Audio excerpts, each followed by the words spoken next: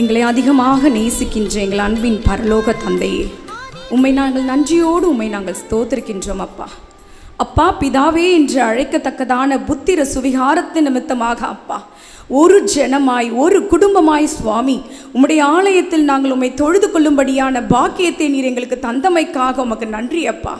இன்மட்டுமாய் தேவ ஆவியானவரின் பிரசனத்தில் எங்களை ஆட்கொண்டமைக்காக நன்றி செலுத்துகின்றோம் அப்பா. இப்பொழுதும் அப்பா உம்முடைய வார்த்தைகளை நாங்கள் தியானிக்கும் பொழுது எங்களுடைய வாயின் வார்த்தைகள் ஆண்டவரே, எங்களுடைய இருதயத்தின் நினைவுகள் சிந்தனைகள் எல்லாவற்றையும் ஆண்டவரே உம்முடைய சமூகத்தில் ஒப்புக் கொடுக்கிறோம் அப்பா. நீர் எங்களோடு பேசும், நீர் எங்களுடைய பேசும் ஆண்டவரே. எங்கள் செவிகளை திறந்தருளும்படியாய் இயேசுவின் மூலம் செபிக்கிறோம் ஜீவனுள்ள தகப்பனே, ஆமேன். ஹல்லேலூயா. இந்த நாளில் கூட கர்த்தருடைய வார்த்தைகளை நான் பகிர்ந்து கொள்ளும்படியாக தேவன் கொடுத்த மிகப்பெரிய ஈவுக்காக கிருபைக்காக நான் கர்த்தரை நான் ஸ்தோத்திரிக்கின்றேன். இந்த நாளில் கூட தென்னிந்திய திருச்சபையின் வழியாக நமக்கு என்று கொடுக்கப்பட்டுள்ள தலைப்பு இந்த வாரம் இளைஞர் ஞாயிறுக்காக உங்களுக்கு கொடுத்துருப்பாங்க. ஆனால் அது அடுத்த வாரம் நம்ம பண்ண போகிறதுனால 5ஆம் வாரத்திற்கான தலைப்பு சீடராக்குங்கள். சீடராக்குங்கள் என்று சொல்லும்பொழுது இது யாருக்கான ஒரு தலைப்பாக இருக்கும்னு நினைக்கிறீங்க? சொல்லுங்க. நம்மளுடைய அனைவருக்காகவும் இல்லை, எல்லாருக்காகவும் ஒரு கொடுக்கப்பட்டுள்ள தலைப்பு. இந்த சீடராக்கப்படும் என்ற இந்த தலைப்பு நமக்கு மட்டுமல்ல, திருச்சபைக்கு ஆண்டவர் கொடுக்கின்ற ஒரு தலைப்பு. யாருக்கு? திருச்சபைக்கு. திருச்சபையில் இருக்க நம்ம அனைவருக்குமே ஆண்டவர் கொடுக்கின்ற ஒரு அழகான தலைப்பு சீடராக்குங்கள். இது ஆண்டவர் நமக்கு ஒரு கட்டளையாகவும் கொடுத்திருக்கிறார். மத்தேயு 28ஆம் அதிகாரம் 19வது வசனம் 20வது வசனம் யாராவது வாசிக்கலாமா? ஆகையால் நீங்கள் புறப்பட்டு போய் சகல ஜாதிகளையும் சீஷராக்கி பிதா குமாரன் பரிசுத்த ஆவி நாமத்திலே அவர்களுக்கு ஞானஸ்நானம் கொடுத்து நான் உங்களுக்கு கட்டளையிட்ட யாவையும் அவர்கள் கை கொள்ளும்படி அவர்களுக்கு உபதேசம் பண்ணுங்கள். இதோ உலகத்தின் முடிவு பரியந்தம் சகல நாட்களிலும் நான் உங்களுடனே கூட இருக்கிறேன் என்றார். ஆமேன். ஆமா, சீடராக்குங்கள், ஞானஸ்தானம் கொடுங்கள், அவர்கள் நான் கட்டளையிட்ட அனைத்தையும் பின்பற்றும்படியாக கற்பியுங்கள் என்று ஆண்டவர் சொல்கின்றார். ஒருவேளை இந்த சீடர்கள் என்பது யாரு? ஒருவேளை ஆண்டவர் தெரிந்து கொண்ட 12 பேர் மட்டும்தான் ஆண்டவருடைய சீடர்களா? யார் சீடர்கள்? ஒருவேளை எருசலேம் தேவாலயத்துக்கு பிறகு அந்தியோகியா சபை தொடங்கப்பட்டிருது. ஆண்டவருடைய காலங்களில் அது நிறுவப்பட்ட ஒரு சபை, மிகவும் பிரசித்தமான ஒரு சபை. அங்கு சீடர்கள் கூடும் பொழுது அவர்களை கிறிஸ்தவர்கள் என்று முதலாக சொல்லப்பட்டது. அப்போஸ்தலர்ல நீங்க படிச்சு பார்த்தீங்கன்னா தெரியும். ஆக ஒவ்வொரு கிறிஸ்தவர்களும் சீடர்கள். ஆமாவா இல்லையா? நான் சீடரா இல்லையா? சொல்லுங்க, நீங்க சொல்லுங்க. உங்க கையில் வச்சுட்டு நான் சீடர் அப்படின்னு சொல்லுங்க. ஒவ்வொரு கிறிஸ்தவர்களும் சீடர்கள், ஒவ்வொரு சீடர்களும் கிறிஸ்தவர்கள். இப்ப யார் இந்த சீடன் அப்படின்னா அதற்குரிய தகுதி என்னிடத்துல என்ன இருக்கு அப்படின்னு பார்த்தோம்னா, ஒருவேளை சீடன் என்பவன் அந்த காலத்து கல்வி முறையை பார்த்தீங்கன்னா எப்படி இருக்கும்? குரு சிஷியன் இருக்கும். குருவையே படிப்பது தான் சீடனினுடைய காலங்களாக இருந்தது. ஆனால் இன்றைய காலகட்டங்களில் பார்க்கும் பொழுது நம்முடைய கல்வி முறை எப்படி இருக்கிறது என்று பார்க்கும் பொழுது எப்படி இருக்கு? ஆசிரியர் மாணவர் நீ என்ன சொல்லித்தர, அறிவு சார்ந்தது மட்டும்தான் இருக்குது. ஆனால் ஒரு ஆசிரியரை கற்றுக்கொள்வதில்லை. ஆக இன்றைய கிறிஸ்தவர்கள் எப்படி இருக்க வேண்டும் என்றால், என் ஆண்டவராகிய குரு, என் ஆண்டவராகிய போதகர், என் ஆண்டவராகிய கிறிஸ்துவை நான் படிப்பவளாக இருக்க வேண்டும். நான் அதை படித்து அவராகவே என்னை மாற்றிக்கொள்கிறவளாக இருக்க வேண்டும். அப்பொழுதுதான் நான் கிறிஸ்தவள். நான் இயேசுவை காண்கின்றவளாக மாத்திரமல்ல, அதை ஏற்றுக்கொள்கிறவளாக மாத்திரமல்ல, நான் இயேசுவை போலவே என்னை மாற்றிக்கொள்ளக்கூடிய தன்மையுடையவர்கள் தான் உண்மையான கிறிஸ்தவர்கள். அத்தகையவர்களே தான் ஆண்டவர் என்ன சொல்றாரு? சீடர்களாகவும் சீடர்களுடைய பணிக்கு அவர்களை அழைக்கின்றார். அவர்களை பார்த்துதான் சொல்றாரு, நீங்க போய் மற்றவங்கள சீடராக்குங்கள். இன்றைக்கு என்னுடைய நிலைமை என்னவாக இருக்கின்றது? ஒருவேளை இந்த வேதத்தில் உள்ள ஆண்டவருடைய போதனைகள் எல்லாவற்றையும் நான் படிக்கின்றவளாக இருக்கலாம், அதே நேரத்தில் படித்ததை போதிக்கிறவளாகவும் இருக்கலாம். ஆனால் போதித்த நான் அதன்படி என் வாழ்க்கையை நடத்துகின்றனா? அதன்படி என் வாழ்க்கை மாறியுள்ளதா? அதன்படி என் வாழ்வு நின்று கொண்டிருக்கிறதா என்பதை சிந்திக்க வேண்டும். அப்படிப்பட்டவர்களை தான் ஆண்டவர் சீடராக்குங்கள் என்று நம்மளை பார்த்து சொல்கின்றார்.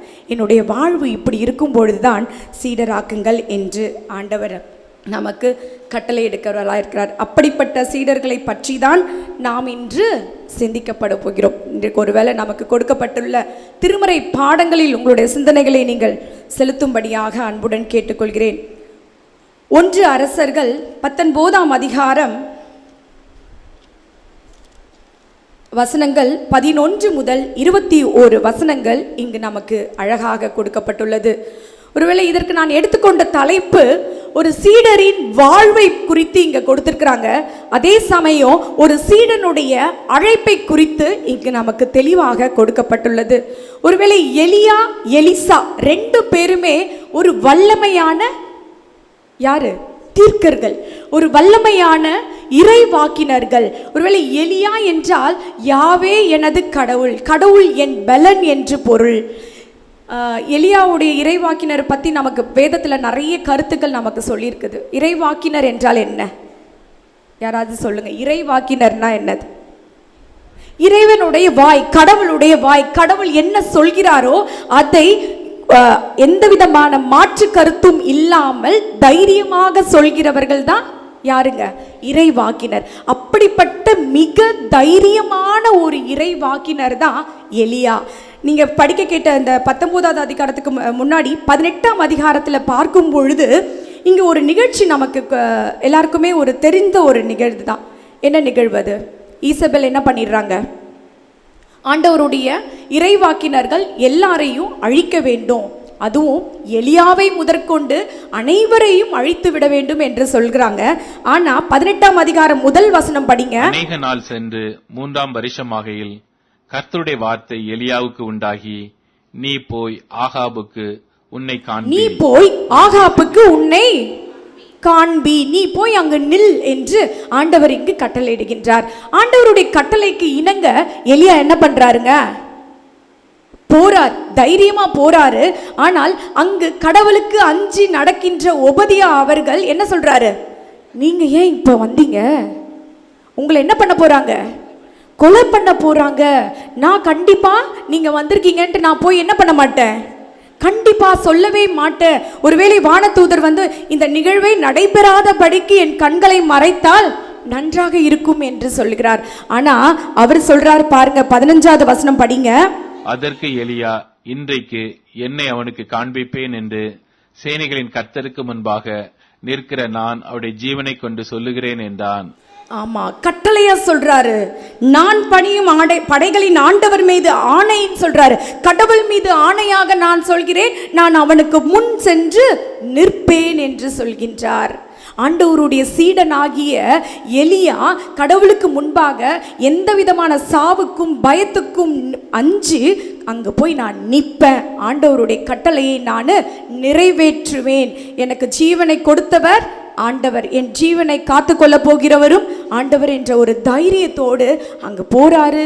அந்த நிகழ்ச்சிகள் எல்லாம் பார்க்கும் பொழுது அங்க ஏறத்தாழ 150 பாகாலின் தெய்வங்களை வழிபாட்டில் கொண்டிருக்கின்ற பொய் இறைவாக்கினரை என்ன பண்றாரு? 40ஆவது வசனம் படிச்சு பார்த்தீங்கன்னா தெரியும், கொன்று விடுகிறார்.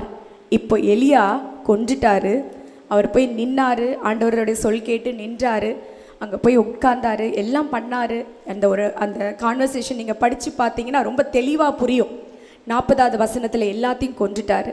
இப்போ ஈசபெல் ஒரு முடிவு எடுக்கிறாங்க. என்ன முடிவு எடுக்கிறாங்க?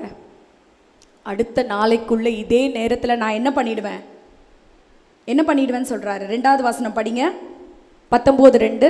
அப்பொழுது யேசபேல் எலியாவின் இடத்தில் ஆள் அனுப்பி, அவர்களில் ஒவ்வொருவனுடைய பிராணனுக்கு செய்யப்பட்டது போல நான் நாளை இந்நேரத்தில் உன் பிராணனுக்கு செய்யாதே போனால் உன் பிராணனுக்கு உன்னை நான் என்ன பண்ணிடுவேன், கொலை பண்ணிடுவேன்னு சொல்றாரு. இப்போ எலியாக்கு என்ன வந்துடுச்சு?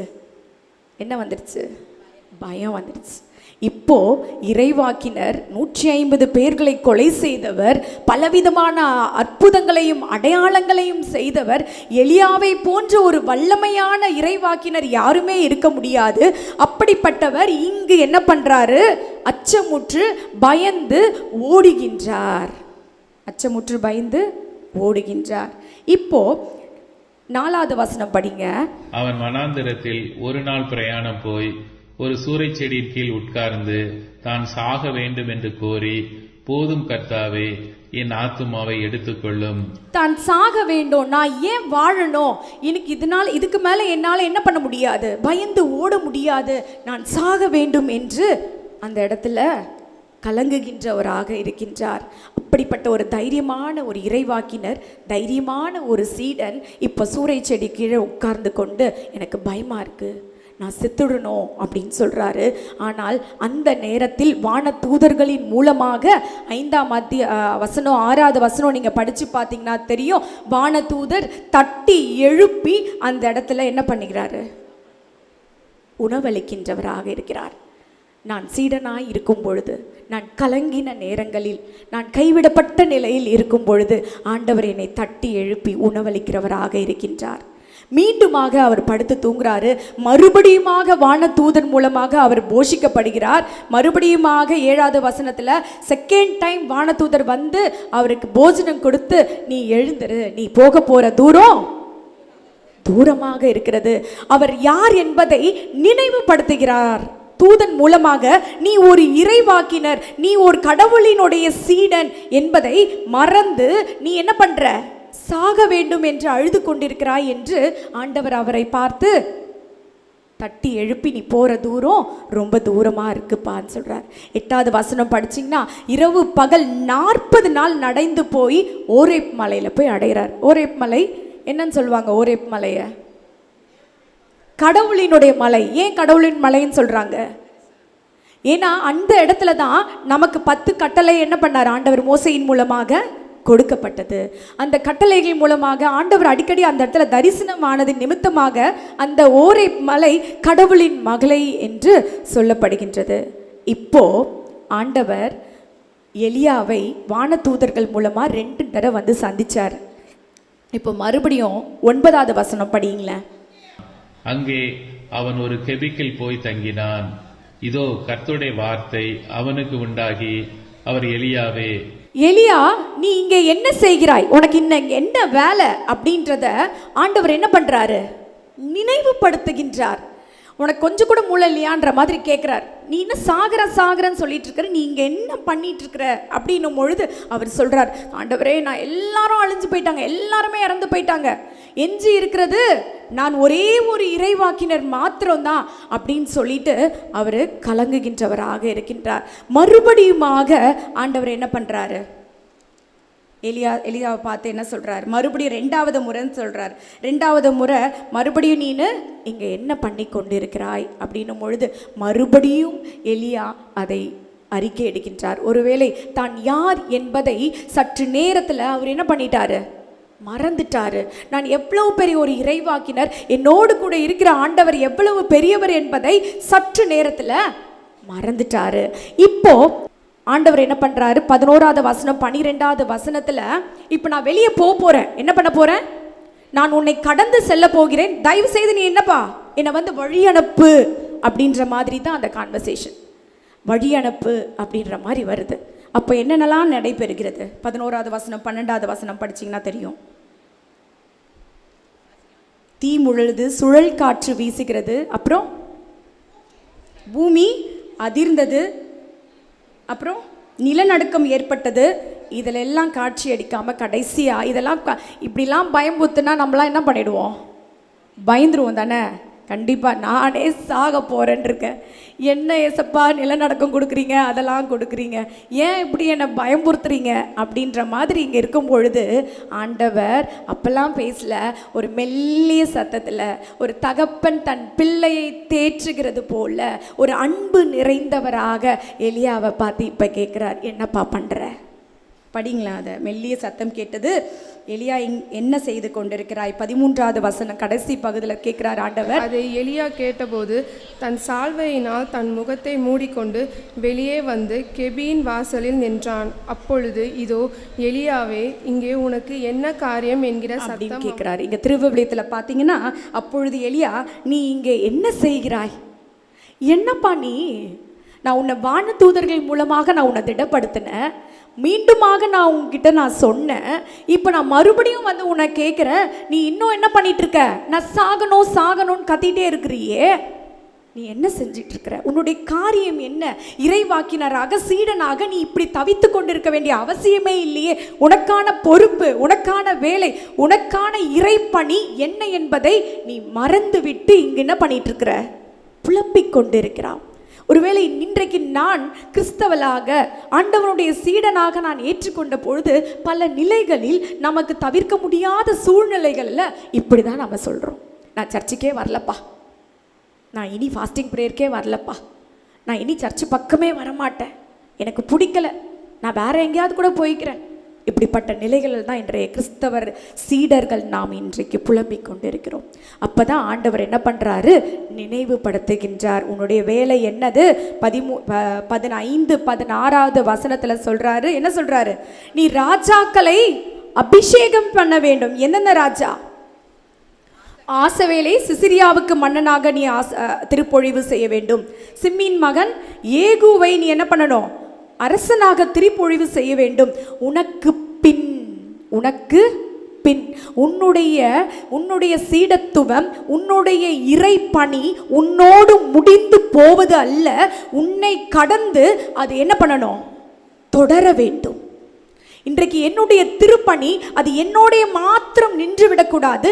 எனக்கு கொடுத்த ஆண்டவர் கொடுத்த தாளந்துகள், எனக்கு கொடுத்த வல்லமை அது என்னோடு நின்று விடக்கூடாது. அது என்ன பண்ணணும்? அடுத்தவர்களுக்கு போய் செய்யணும். அதனால தான் ஆண்டவர் சீடராக்குங்கள் அப்படின்னு சொல்றாரு. இந்த நிலையில இப்போ யாரை அபிஷேகம் பண்ண சொல்றாரு? யாரு? ஒரு எலியாவுக்கு அப்புறம் எலிசாவை என்ன பண்ண சொல்றாரு ஆண்டவர்? உனக்கு பின் உன்னுடைய இறைப்பணியை தொடர்ச்சியாக செய்ய நீ அவனை இறைவாக்கினராக அபிஷேகம் செய் என்று சொல்கின்றார். ஒருவேளை இஸ்ரவேலில் பல சீர்திருத்தங்களையும் மாற்றங்களையும் கொண்டு வந்த எலியாவின் அற்புதங்கள், அடையாளங்கள் அவரோடு நின்று விடாமல் அவர் மற்றொரு சீடராக்க சொல்கிறார். இந்த இடத்துல ஒரு சின்னதாக நம்ம கூட யோசிச்சுக்கலாம், இல்லை எனக்கு கொடுத்துருக்கீங்க இவ்வளோ வல்லமை, ஆனால் என்னோட போய்டும் நினச்சேன், ஆனால் எனக்கு பின்னாடி என்ன பண்ணுறோங்க ஒரு எண்ணம் கூட வந்திருக்கலாம்ல.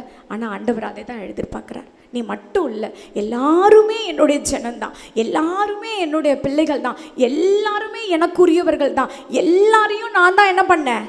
படைச்சேன். இல்லை, இன்னைக்கு எல்லாரையுமே நான் தான் படைச்சேன்.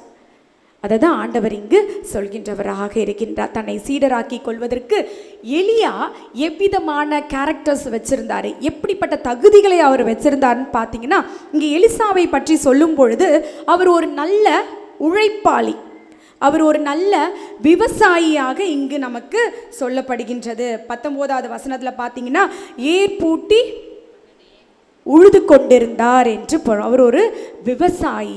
ஒருவேளை ஆண்டவரின் சீடர்களாக ஆண்டவர் தேர்ந்தெடுத்து கொள்ளப்படுகிறவர்கள் ஒருபோதும் சோம்பேறிகளாக இருக்க மாட்டார்கள். ஆமென், ஆமென். ஒருபோதும் சோம்பேறிகளை ஆண்டவர் தெரிந்தெடுத்து கொள்ளவே மாட்டார்.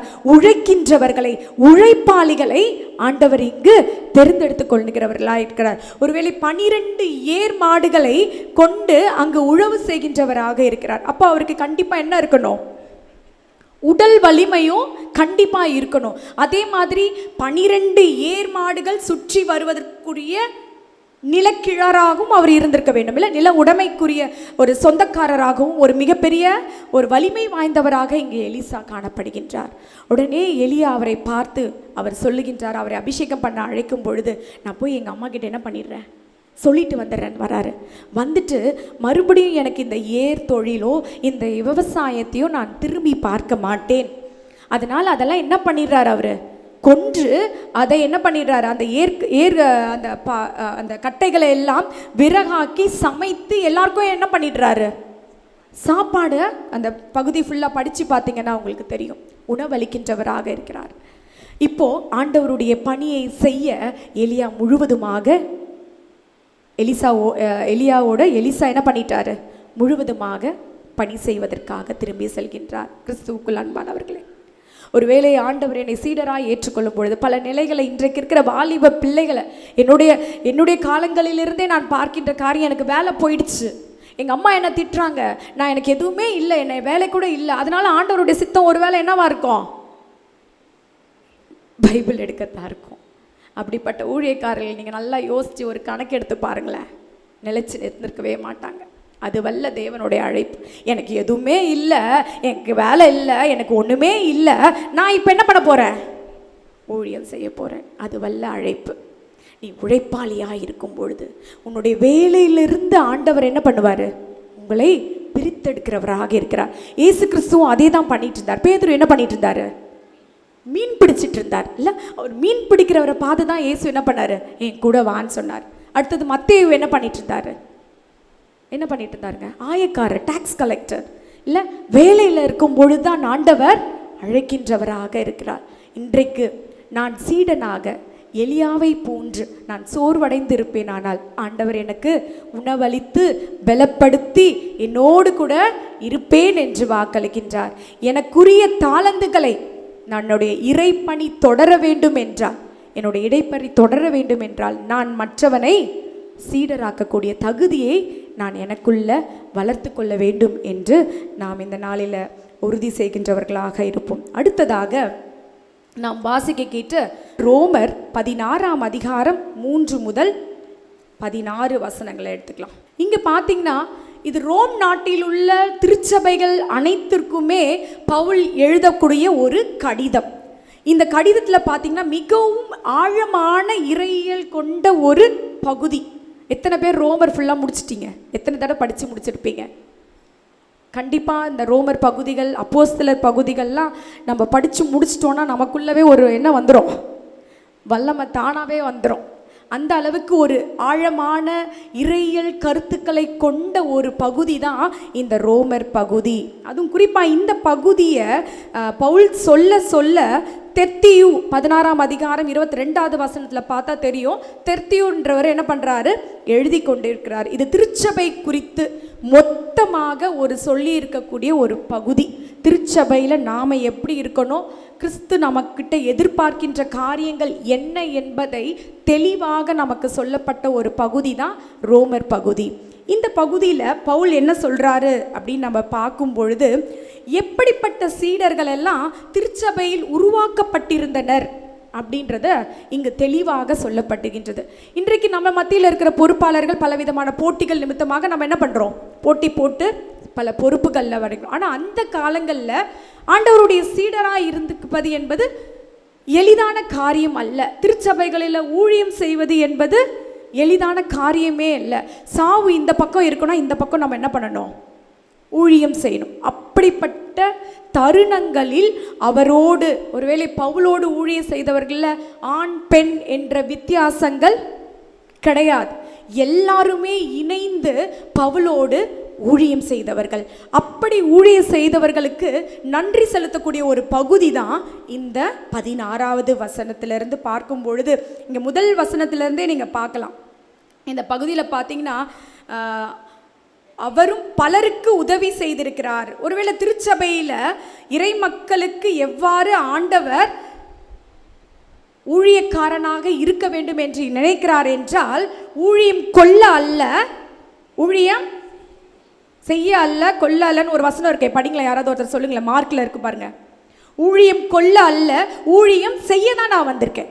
என்ன பண்ணியிருக்கேன், ஊழியம் செய்ய தான் வந்திருக்கிறேன். அப்போது நான் பிறருக்கு உதவி செய்கின்ற ஒரு ஊழியனாக இருக்க வேண்டும். இன்றைய காலங்களில் இருக்க ஊழியக்காரர்கள் என்ன பண்ணுறாங்க, எங்களுக்கு எதாவது தருவீங்களா, வரும்போதே என்ன பண்ணுறாங்க, ஃப்ளைட் புக் பண்ணுவீங்களான்னு கேட்குறாங்க. அப்புறம் என்ன சொல்கிறாங்க, ரூம் போடுறீங்களான்னு கேட்குறாங்க. வெஜ்ஜா நான்வெஜ்ஜா? அதனால தான் எங்கள் ஐயர் யாரையுமே கூப்பிட்றது கிடையாது, நானே பிரசங்கம் பண்ணிக்கிறேன் அப்படின்றவர்.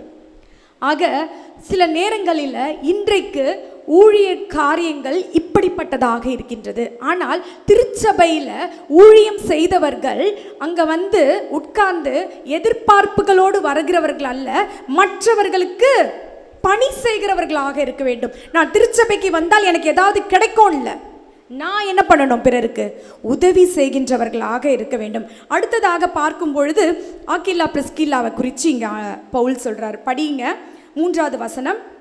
கிறிஸ்து இயேசுவுக்குள் என் உடன் வேலையாட்களாகிய பிரிஸ்கில்லாவையும் ஆக்கில்லாவையும் வாழ்த்துங்கள். 4வது வசனம் படிங்கக்கா. அவர்கள் என் பிராணனுக்காக தங்கள் கழுத்தை கொடுத்தவர்கள். ஆமாம், என்னுடைய பவுலுக்காக என் உயிரையும் கொடுக்கக்கூடிய ஊழியர்கள் தான் அந்த நாளில் என்ன பண்ணாங்க, ஊழியம் செய்தவர்களாக இருக்கின்றார்கள். அதே மாதிரி பார்த்தீங்கன்னா 6வது வசனத்தில் பார்த்தீங்கன்னா பாடுபட்டு உழைத்த மரியா. ஊழியம் செய்வது என்பது ஏதோ சொகுசா வந்து சேர்ல நான் உட்கார்ந்து செய்வது அல்ல, பாடுபட்டு உழைத்த மரியா. நம்ம சில நேரங்களில் நம்ம ஊழியத்துக்கு நம்ம திருச்சபையில் வந்துட்டும் பொழுது ஒரு சில ஒரு வார்த்தை ஏதோ ஒரு முகசுளிப்பு சொன்னாலே நம்ம என்ன பண்ணிடுறோம், திரும்பி கூட பார்க்க மாட்டேங்கிறோம்ல. அப்போது அன்றைய காலங்களில் சாவு, மரணம், பாடு, இப்படிப்பட்ட நிலைகளில் தான் ஊழியம் செய்தவர்களாக இருந்திருக்காங்க. அதே மாதிரி ஆக்கில்லா பிரிஸ்கில்லா வந்து தன்னுடைய வீட்டையும் என்ன பண்ணாங்க, கொடுத்தாங்க. அந்த வருத்தை தொழுது கொள்ளும்படியாக தன்னுடையவைகளையும் கொடுத்தவர்களாக இருக்கின்றார்கள். அடுத்ததாக 12வது வசனத்தில் நீங்கள் படிச்சிங்கன்னா 9வது வசனங்களை படிங்களேன். கிறிஸ்துவுக்குள் நம்முடைய உடன் வேலையாளாகிய, கிறிஸ்துவுக்காக உழைக்கும் உடன் உழைப்பாளர்கள். பவுலுக்காக உழைக்கும் உடன் உழைப்பாளர்கள் சொல்லல, கிறிஸ்துவுக்காக உழைக்கும் உடன் உழைப்பாளர்கள். இன்னைக்கு நான் என்னுடைய தலைமைத்துவத்துக்காக நான் பணி செய்கிறேன் என்பது கிறிஸ்தவ வாழ்க்கை அல்ல. நான் ஆயருக்காக செய்கின்றேன், நான் செக்ரட்டரிக்காக செய்கிறேன், ட்ரெஷரருக்காக செய்கிறேன், இவங்களுக்காக செய்கிறேன், அவங்களுக்காக செய்கிறேன் என்பது திருச்சபை ஊழியம் அல்ல. அது என் ஆண்டவருக்காக செய்யக்கூடிய ஊழியம். அப்படிப்பட்ட ஊழியத்தை தான் ஆண்டவர் நம்மிடத்தில் எதிர்பார்க்கின்றவராக இருக்கின்றார். அடுத்ததாக 10வது வசனம் முதல் பகுதி படிங்க. கிறிஸ்துவுக்குள் உத்தமனாகிய அப்பெல்லையை வாழ்த்துங்கள், அரிஸ்தபூலுவின் வீட்டாரை வாழ்த்துங்கள். தகமை வாய்ந்த அப்படின்னா அந்த காலத்தில் இருந்த ஊழியர்கள் எப்படி இருந்திருக்காங்க பாருங்க. தகமை வாய்ந்தன்னு திருவிழத்தில் இருக்கும். தகமை வாய்ந்த அப்படின்னா தகுதி வாய்ந்த, பெருமை வாய்ந்த, மதிப்பு மிக்க ஊழியர்களாக அந்த இடத்துல அவர்கள் வாழ்ந்தவர்களாக இருக்கின்றார்கள். உழைக்கின்றவர்களாக, திருச்சபைக்காக தன்னையே கொடுக்கின்றவராக, சாவு என்று தெரிந்தும் அவர்களோடு நின்று, பவுலோடு நின்று ஊழியம் செய்தவர்களாக. யாருக்காக? ஆண்டவருக்காக மாத்திரம். ஆண்டவருக்காக மாத்திரம் அவர்கள் பணி செய்த ஊழியர்களாக இருக்கின்றார்கள். ஒருவேளை இன்றைக்கு சீடன் என்பவன் உழைக்கக்கூடியவனாக, பிறருக்கு கொடுப்பவனாக, உதவி செய்கிறவனாக, தன்னை மாத்திரமல்ல தனக்குரியவைகள் அனைத்தையும் கொடுத்து ஊழியம் செய்கின்ற ஒரு சீடனாக நாம் இருக்க ஆண்டவர் நம்மை உணர்த்துகின்றவராக இருக்கிறார். ஒருவேளை கிறிஸ்தவர்களாகிய எனக்கு நான் வெறும் ஒரு கிறிஸ்தவன் மாத்திரமல்ல, நான் சீடனாக வேண்டும். நான் மாத்திரம் சீடனாக கூடாது, மற்றவர்களையும் நான் சீடனாக்க வேண்டும் என்று வலியுறுத்துகின்றார். ஒருவேளை இந்த 16ஆம் அதிகாரத்தை நீங்கள் வீட்டில் போய் படித்து பார்த்தீங்கன்னா, ஆண்டவருக்கென்று திருச்சபையில் உழைத்தவர்கள் எப்படிப்பட்ட பங்கினை கொண்டவர்கள் என்பதை மிக தெளிவாக நமக்கு கொடுக்கப்பட்டுள்ளது. இப்படிப்பட்ட ஆற்றலோடு ஊழியம் செய்ய நாம் என்ன பண்ணியிருக்கோம்? கடமைப்பட்டவர்களாக இருக்கின்றோம். அடுத்ததாக நாம் வாசிக்க கேட்ட நற்செய்தி பாடம் யோவான் 1ஆம் அதிகாரம் 35 முதல் 42 வசனங்களை நாம் இங்கே பார்க்கும் பொழுது, ஆண்டவர் சீடர்களை அழைத்தல், முதல் சீடரில் அழைத்தல். என்ன நிகழ்ச்சி ஏற்படுகிறது என்றால், ஆண்டவரை பற்றி அறிந்து கொண்டு தெரிந்து கொண்டு அங்கே என்ன பண்ணுறாங்க, 2 பேர் அவர் பின்னாடி போகிறாங்க. 38வது வசனம் படிங்க. இயேசு திரும்பி அவர்கள் பின் செல்லுகிறதை கண்டு, என்ன தேடுகிறீர்கள் என்றார். அதற்கு அவர்கள், ரபி, நீர் எங்கே தங்கியிருக்கிறீர் என்று கேட்டார்கள். 38வது வசனத்தில் ஆண்டவர் சொல்கிறாரு, என்ன தேடுகிறீர்கள்? நான் கிறிஸ்தவன், நான் சீடன் என்று நமக்குள்ள காரியங்கள் உறுதி செய்யப்பட்டுச்சுன்னா திருச்சபையில் நம்முடைய காரியம் எதுவாக இருக்கும் என்றால், தேடல் நிறைந்த மக்களுக்கு பதிலளிக்க கூடவர்களாக நாம் இருக்கணும். தேடல் நிறைந்த மக்களுக்கு பதிலளிக்கக்கூடிய கிறிஸ்தவர்களாக நாம் இருக்க வேண்டும். ஒருவேளை திருச்சபையில் அநேகர் பல்வேறு விதமான தேடல்களில் வந்திருப்பாங்க. ஒருவேளை இங்கே ஆண்டவர் யோவானில் பேசுகிற முதல் வார்த்தை இது, என்ன தேடுகின்றீர்கள் அப்படின்னு இயேசு சொல்கிறாரு. ஒருவேளை அவர்களுடைய தேடல் எதுவாக இருக்கும்? என்னவா இருக்கும்? இயேசு எப்படிப்பட்டவர், என்ன நிலையில் இருக்கும் அப்படின்னு இருக்கும். ஒன்று உலகம் சார்ந்ததாக இருக்கும், ஏதோ ஒரு தேடல் அவர்களுக்குள்ளாக இருக்கின்றது. ஒருவேளை இன்றைக்கும் கிறிஸ்துவை அறியாதவர்களின் தேடல் எப்படிப்பட்டதாக இருக்கிறதுனா, அவர்களுடைய வாழ்வுக்கு ஏதாவது ஒரு நன்மை எனக்கு கிடைக்குமா அப்படின்ற ஒரு தேடல் நிறைந்த உலகத்தில் தான் நாம் என்ன பண்ணிட்டு இருக்கோம், வாழ்ந்து கொண்டிருக்கிறோம். அவர்களை பார்த்து நாம் கேட்கக்கூடிய கேள்வி, என்ன தேடுகின்றீர்கள்? ஏன்னா ஆண்டவர் இப்ப சொல்றாரு, நீங்க என்ன பண்ணுங்க, இந்த தேடலுக்கு நான் தான் விடை தர முடியும் அப்படின்றத ரொம்ப தெளிவாக அவர் வந்து கன்ஃபார்ம் பண்ணிட்டார். கன்ஃபார்ம் பண்ணதுனால தான் அவர் என்ன சொல்றாரு, அடுத்தது வந்து பாருங்கள். என்ன பாருங்க? வந்து பாருங்க அப்படின்னு அழைக்கிறார். அதே அழைப்பை கொடுக்க நாமும் கடமைப்பட்டவர்களாக இருக்க வேண்டும். ஒருவேளை கிறிஸ்தவளாக நான் செய்கின்ற காரியங்கள், என்னுடைய திருப்பணி, என்னுடைய அழைப்பு, என்னுடைய எல்லா நிலைகளிலும் நான் கிறிஸ்துவை வெளிப்படுத்தினேன் என்றால், அவங்க வந்து பார்த்து ஆண்டவரை பற்றி நன்கு அறிந்து கொண்டு, ஏன்னா ஆண்டவர் சொல்றார் பாருங்க, யோவான் 14:6 என்ன சொல்றாரு,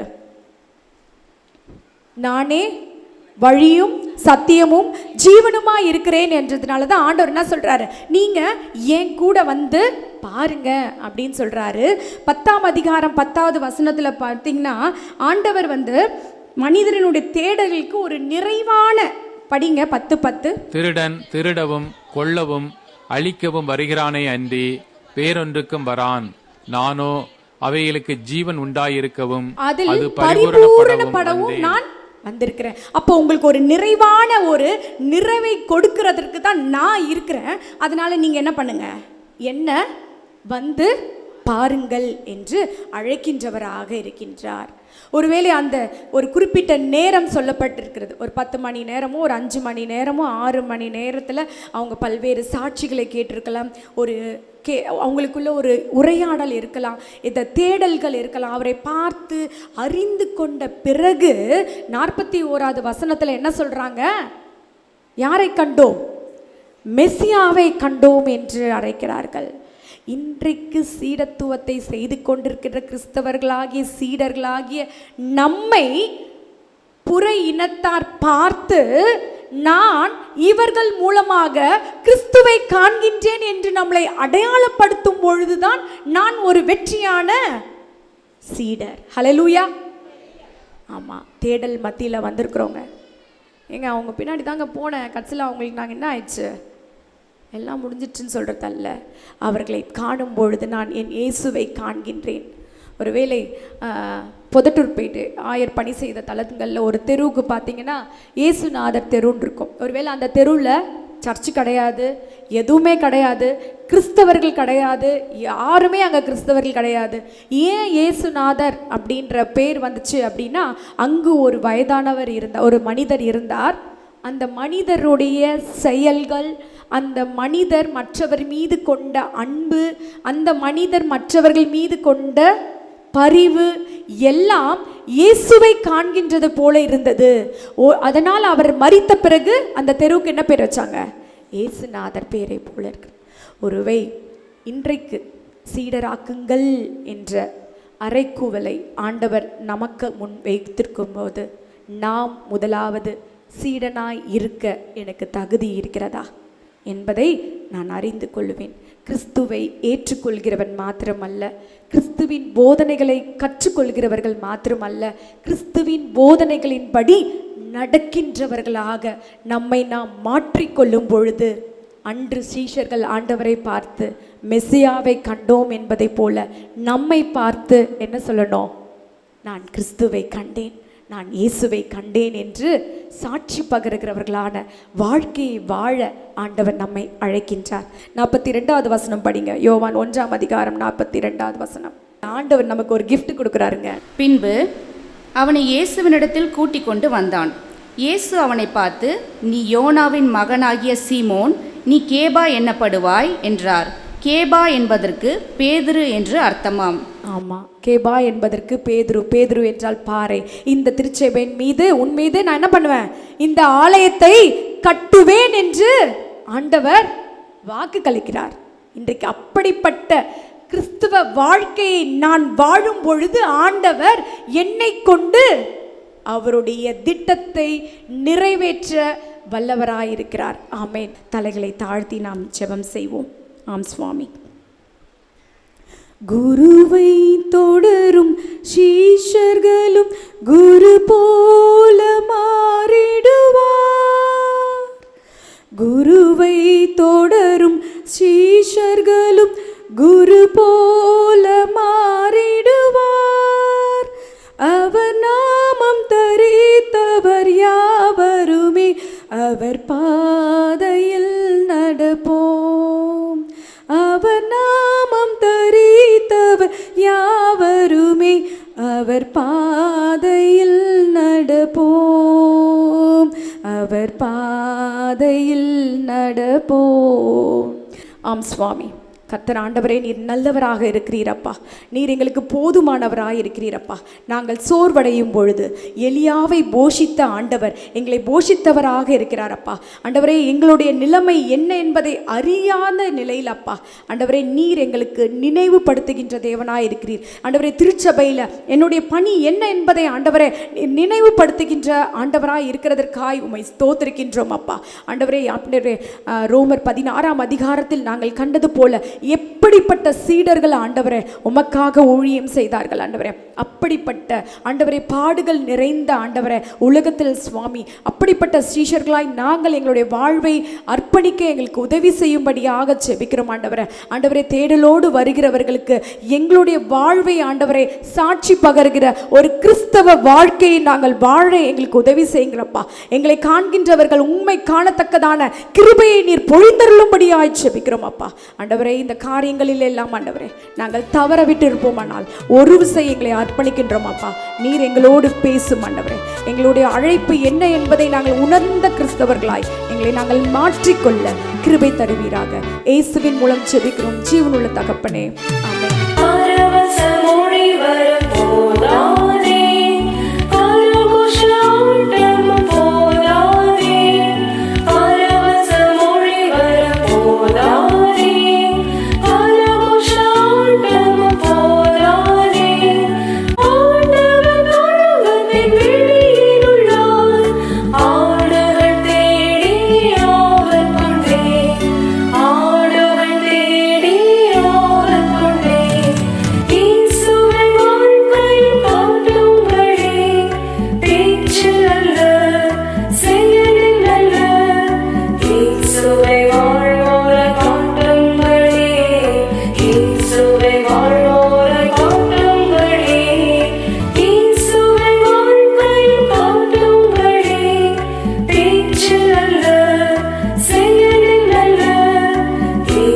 Way